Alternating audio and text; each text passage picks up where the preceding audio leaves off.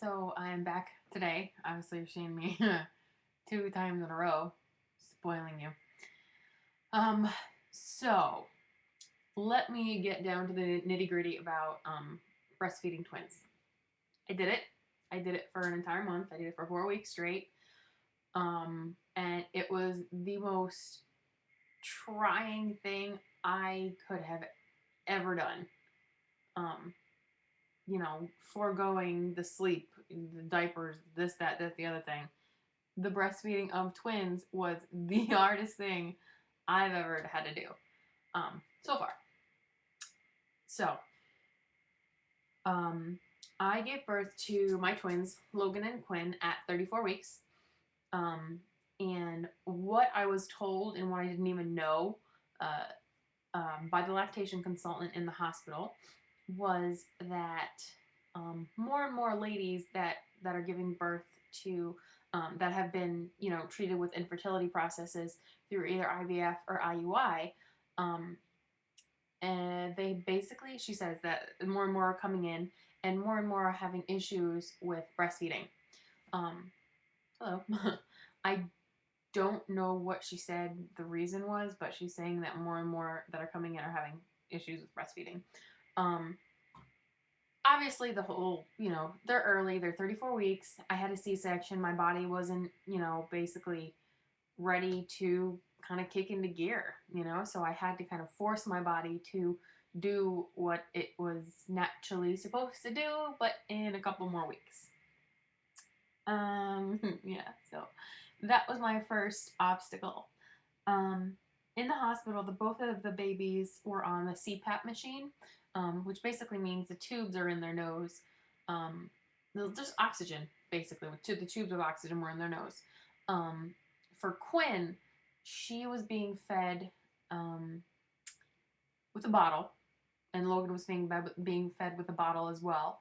But for some reason or another, they weren't getting enough food. I don't remember why they had to do this, but Quinn started refusing food or something like that. So they had to tube her. First they tubed her down her throat, and they literally tubed a little teeny little tube thing down her throat, and then taped to her chin with Dermatape or Dermablend or whatever that's called it. Not Dermablend, it's makeup. And yeah, I didn't like seeing my kids with that tubes and stuff. It was hard enough seeing them with the CPAP machine and the wires and ugh. But yeah, so they tubed her down her throat in the beginning.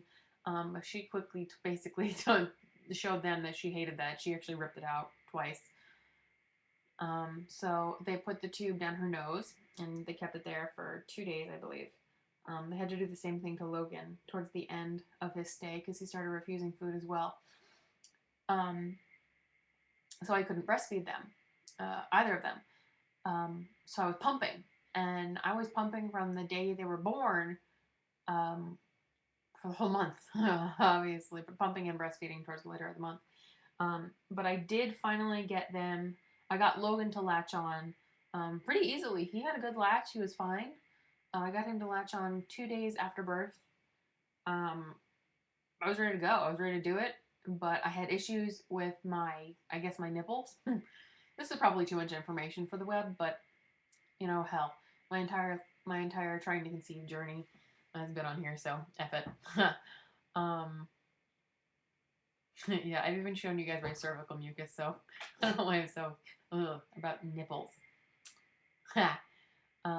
So what the lactation consultant told me was I had flat nipples, so it was going to be a problem for both babies to latch on completely or effectively. So immediately their first response was to give me nipple shields. Yay!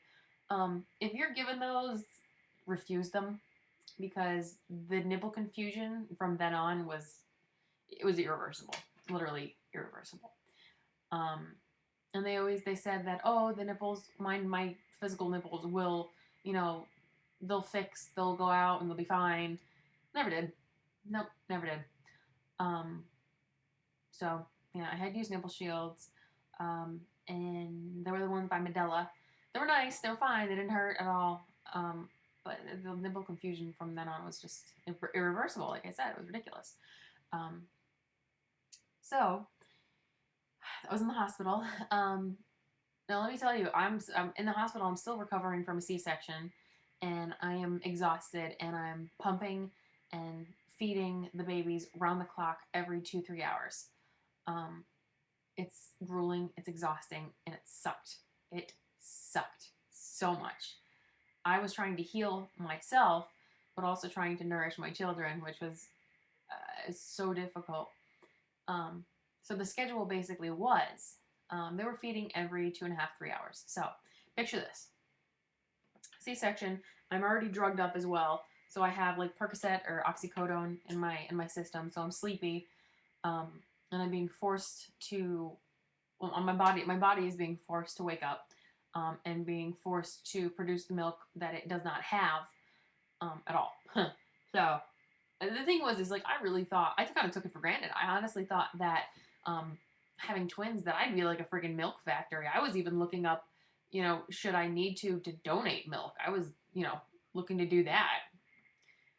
Nope. The funny thing is the later in the when they came home at about like 2-3 weeks into their coming home, I was looking up buying people's milk. So whatever. um, so sleeping, non-existent whatsoever. This is what would happen. I would go down to the NICU. I would feed the babies. I would bottle feed Quinn because we couldn't feed her, breastfeed her yet because she's still the tube. I would bottle feed Quinn, and then I would breastfeed Logan. And Logan would get sleepy, so he would only breastfeed for like 6-7 minutes. I think we got him up to 15 minutes tops, and then he would just crap out and fall asleep. Like literally, like milk drooling down his face, fall asleep, done. So that was frustrating. And then after that, I would have to pump for 30 minutes, both breasts. Yeah. So think about this.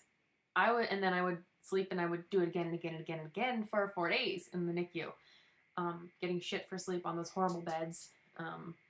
Yeah. It was awful. It was friggin' awful. So needless to say, it sucked in the NICU. It was horrible, and it just didn't work. But I was friggin' determined. I was absolutely hell-bent on doing this. So we rented the hospital grade pump for $90 a month, which we didn't have, but we did it anyway because, yeah, I really was hell-bent on doing this. So we did it. Rented the hospital grade pump, got home. Obviously, the babies came home on a Saturday. And I did the whole thing over again. I was sleeping, and then I would wake up every time, and I would try and breastfeed, and they wouldn't latch on, and then I would have to pump because my breast would start to produce a little bit of milk, and then they would just crap out. And I think that's also what frustrated them too, especially Quinn, because Quinn would latch on like she was like a Hoover. She would like moo, she would go, and there's nothing coming out at all. I tried that. I mean, she was freaking out, so that's also with the nipple shield. I tried, the whole compression thing. That shit didn't work. I tried pumping a little bit before they latched on. That shit didn't work at all either. And then I got desperate. I got really desperate. I called the lactation consultant who was checking in with me every week at that point, and it was 2 weeks into the babies being home.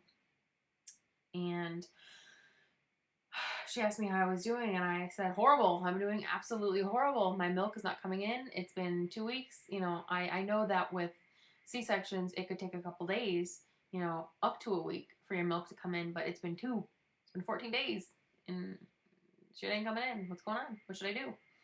So she recommended going on this supplement called Mother's Milk. I can't remember the website, but it's Mother's Milk is what it is. It has fenugreek in it and blessed thistle, which is that's all herbal and natural supplements and stuff. So I took those. And the side effects are basically your urine and your sweat would smell like maple syrup.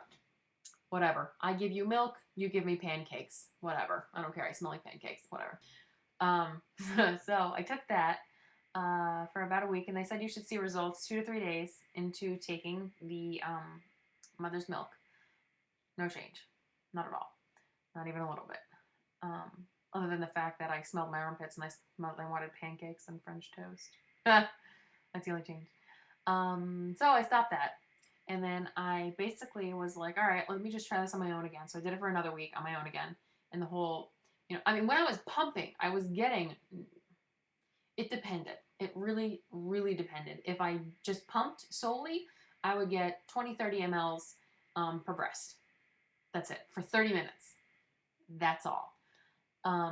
If they nursed and then I pumped, I would get, I want to say about 50 mLs per breast. And again, that's it. It's like 2 ounces. Not even enough to feed them once, which sucks. That really got me frustrated as well. So I got really, really desperate, and I talked to the doctor, or the lactation consultant once again, and she recommended either going on Reglan or or a drug that isn't FDA approved, and it was called domperidone, if you've heard of that before. It's prescribed, or not prescribed, it's sold on the shelves in Canada and Australia, but it is not FDA approved in the US. So it's been prescribed a lot, but there was no, adverse effects, they say. But I was struggling with the whole thing because they say, that stuff, instant milk, even with people that do adoption. So that's what they usually prescribe for people who do adoption and want to breastfeed. But I decided against it because I was, at that point, I was supplementing with formula anyhow. I was supplementing with like 60 mLs per feed with formula. So it was kind of like I was giving the babies 20 mLs worth of breast milk and then 60 or something like that worth of formula. So, or 40, I don't know. It was, the ratio was just stupid, and I was killing myself. I'm literally killing myself. I'm tired. I'm trying to heal myself and trying to nourish my children and grow my family, and It was so much pressure. I couldn't take it. I couldn't physically, emotionally, mentally take it. So I said, fuck it. I was done.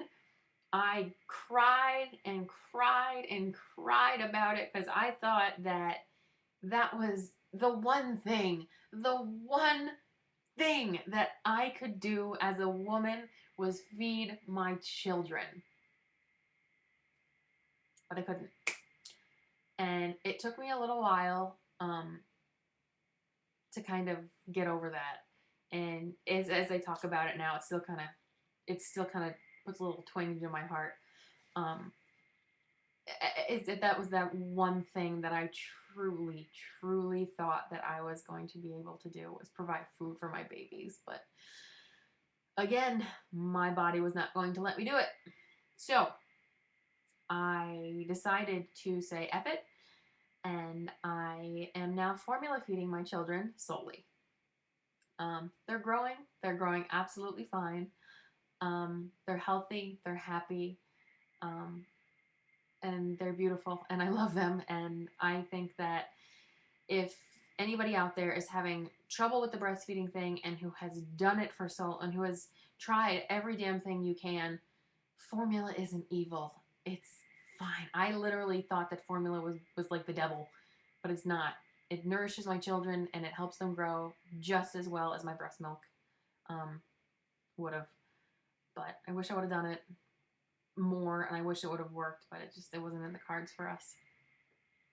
So that is my my breastfeeding story, or my would-be breastfeeding story. So anybody out there, I who is having these kind of issues, good luck with it. Stick with it if that's really what you want to do. There's ways to do it, but if you're like me and it wasn't in the cards, you need to kind of deal with the more emotional thing, because your kids need you, or your child needs you, or whatever, more emotionally, and it messes with your head. Literally, it totally fucked with my head completely. Again, because I thought that one thing that I could do, fuck, my body just wouldn't do it. Ugh, shit. Anyway, so that is my breastfeeding story. All right, bye guys.